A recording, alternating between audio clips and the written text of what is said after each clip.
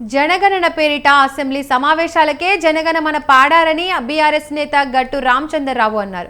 కులగణనలో వచ్చిన లెక్కల ప్రకారం 15% మంది అగ్రవర్ణాలు ఉన్నారని తెలిపారు. రేవంత్ రెడ్డి కేబినెట్ లో 3 అగ్రవర్ణాల వారు ఉండాలని, ఇందులో ఎవరు రాజీనామా చేస్తారో బీసీ మంత్రులు చెప్పాలన్నారు. మోదీకి భయపడే రేవంత్ బీసీలకు 42% రిజర్వేషన్లు ఇవ్వాలని కేంద్రాన్ని కోరుతూ తీర్మానం చేయలేదన్నారు.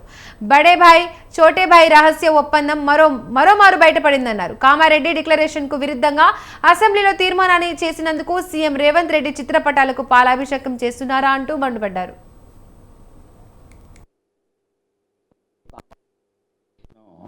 మీరే ప్రకటించారు, ఇది డిక్లరేషన్. దీనికి భిన్నంగా దీనికి నీరుగారుస్తూ బీసీలకు అన్యాయం చేస్తూ అసెంబ్లీలో రేవంత్ రెడ్డి ప్రకటన ఇది.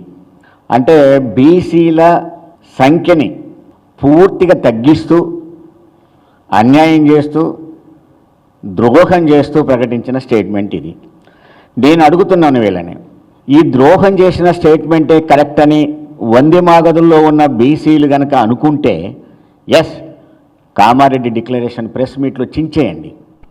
లేదు రేవంత్ రెడ్డి కూడా ఇదే కరెక్ట్ అనుకుంటే ప్రెస్ మీట్ పెట్టి కామారెడ్డి డిక్లరేషన్ నుంచి నేను వైదొలుగుతున్నా, ఇప్పుడు మేం పెట్టిందే కరెక్టు, అందుకని నేను ఈ కామారెడ్డి డిక్లరేషన్ని చించేస్తున్నా అని ప్రకటించు.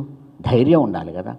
పోనీ అసెంబ్లీలో నువ్వు ప్రవేశపెట్టిన ఈ స్టేట్మెంట్ని ఏ ఒక్క బీసీ సంఘమైనా సమర్థించిందా? బీసీ సంఘాలు సమర్థించక, ప్రతిపక్ష పార్టీలు సమర్థించక, నీ పార్టీ కూడా సమర్థించలేని స్థితిలో నీ వంది మాగలతో డ్రామా చేయడం అంటే అసలు నువ్వు ముఖ్యమంత్రివేనా అని నాకు డౌట్.